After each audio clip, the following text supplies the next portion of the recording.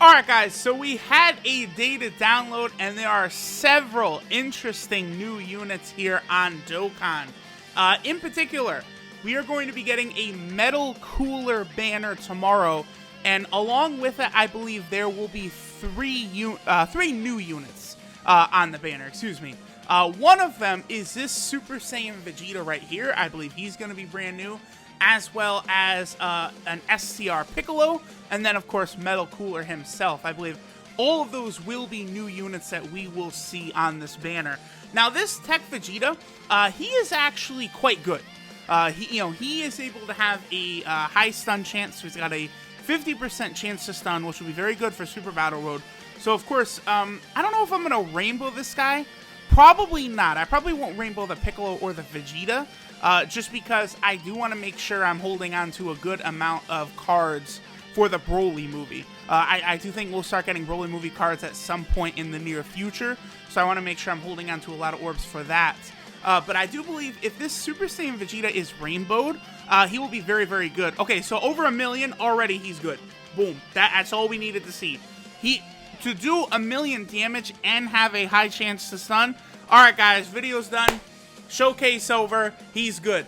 Nothing else to say. But no, so in Super Battle Road, I think if you've got him rainbowed, he is going to be an exceptional option. He's going to have solid defense, he's going to have solid attack power, and then of course he is also going to have the here, I actually want to get both LR Majin Vegeta and Turles on a rotation along with this TEQ Super Saiyan Vegeta right here. Both of them share pretty good units. LR Majin Vegeta has quite good links for as Super Saiyan Vegeta type cards. So LR Majin Vegeta will actually work very well with both the LR Int Vegeta, the LR Super Saiyan Vegeta that we're getting, as well as like this TEQ Super Saiyan Vegeta right here. So he does get 100% to attack and defense at the start of turn, and then as this Vegeta's health, as your health goes lower, he is able to get some extra attack and ki to super easier. So again, I do feel as though he is a very, very strong unit for Super Battle Road. So he's going to have a lot of value for, free-to-play players and anyone looking to beat Super Battle Road stages.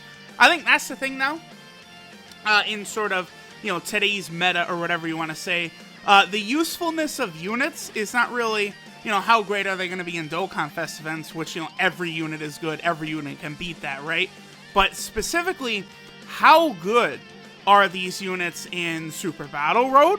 How good are they in the, Extreme Z Awakening events? How good are they in Dokkan Battlefield? How are they in all of those modes? I think that's a lot more important than just, how efficiently is it going to, beat some Dokkan event, right? Any team can do it. Like, the Ginyu Force team is capable of beating almost every single Dokkan event in the game. There are a few they can't beat. I know they can't beat Super 17. They also, I don't think could, well, no, they could definitely, here's the thing. I think the Ginyu Force team could beat the Super 17 event or the Physical Android 17 event, but you would have to do it with a Dokkan attack. The Ginyu Force team is not able to beat Boss Rush Stage 4, but that is because, you have to go through, an additional 4 fights after fighting Super 17, completely burning your entire stock of items and whatnot. So here, now we'll get LR Majin Vegeta over onto the rotation with that Super Saiyan Vegeta. So I do like this batch of units because they gave us this AGL Metal Cooler, who is an outstanding all-around great unit, great category, great passive, solid link set, good on several category teams, very strong Dokkan Fest unit. We have this Vegeta, who I think is going to be an outstanding option for Super Battle Road with the high chance to stun, and the fact that he gets stronger as his health gets lower. And then, of course, we also, on top of that, have the SCR Piccolo, who is an AoE unit, who I think could be very useful, maybe for free-to-play players for world tournaments or whatnot. I still see it's very common to see SDR teams in the world tournament. Now you can get this Piccolo on there, alongside LR Broly, maybe with the Arale card you might be using. There are several SCR AoE units even the new SCR Fat Boo is another option. There are a number of those units. Now, we actually want to get Vegeta in the middle of these two right here. Right? He does have an extra link with, he does with Bardock. It's, LR Bardock, I believe, has Saiyan Pride. That's that extra attack link right there. So I think this is this going to be the best rotation for this Vegeta? No. No. This Vegeta should be able to hit harder with LR Majin Vegeta, because Vegeta is not going to have the Super Saiyan link active right here.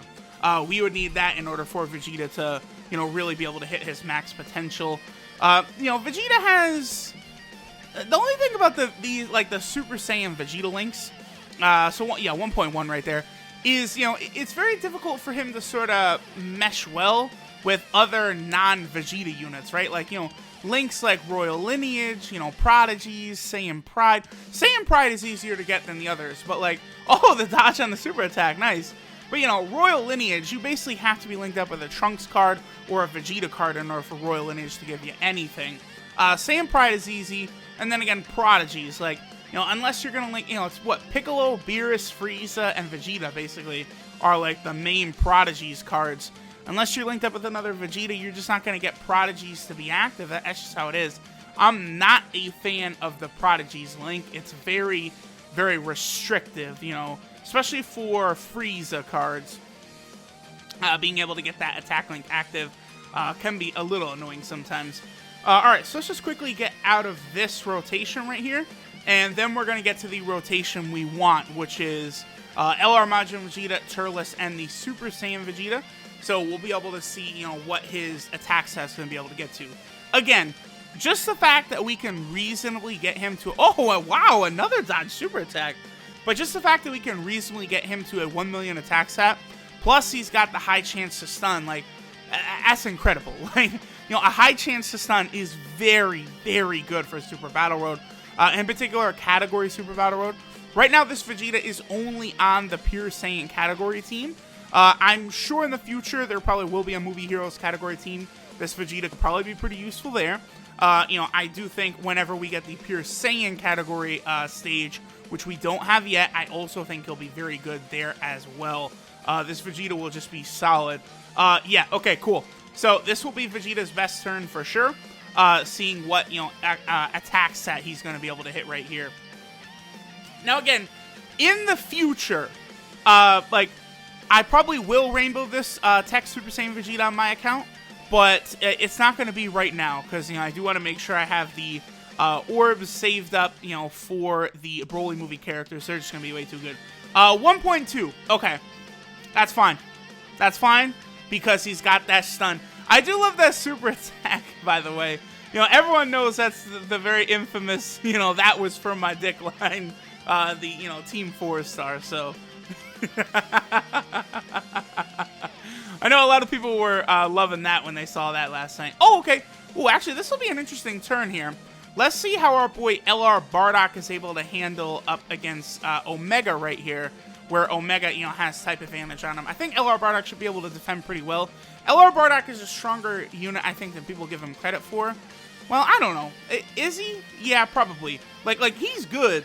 I do have him more towards the bottom tier of summonable LRs, so he just doesn't ever really seem to hit as hard as a lot of these summonable LRs. But then again, I don't know. Maybe if LR Bardock, was on a category team where he had a 170% attack buff, like what LR Cell has or some of those other LRs, he might be able to get very similar attack numbers as they're able to get. So, that is something to consider as well. What'll happen, if LR Bardock might be able to get a 170% attack buff at some point. Which, could very easily happen. You never know what could happen. Okay, so... Here, I guess we'll go ahead and put the Vegeta. Let's go ahead and toss him into the first slot right here. And let's see about how well he'll be able to tank against our boy Omega right here. I actually am thinking that he should be able to do fine, even against Omega, because again, a 100% defensive buff. That's not little. Like he should be fine. Yeah, he's gonna be a very good unit. The other thing I like too is they actually did give him the battle damage on his sprite and stuff. That's something that, you know, in the past, I feel like they probably wouldn't have done. But, like, you know, we've got the damage there. Very similar to LR Bardock, too. LR Bardock has that going on where, you know, he's got all the damage to his outfit, you know, as he was fighting all those Frieza soldiers, you know, on his way to, you know, that epic showdown with First Form Frieza right above Planet Vegeta. So, alright, guys. I think this was a pretty good look at how well the Super Saiyan TEQ Vegeta is going to perform. He'll be able to consistently hit above a 1 million attack stat. As we saw, you know, defending, he's going to do exceptionally well. Omega is still a difficult event. Omega can still do a lot of damage. So for Vegeta to be able to tank here, that is a very good sign for Vegeta's viability in other sort of events. So I like what they did with the Vegeta. I'm liking what they're doing with this batch of units. Of course, the super attacks are absolutely incredible. Thanks for watching, guys, and I will catch y'all in the next one. Later.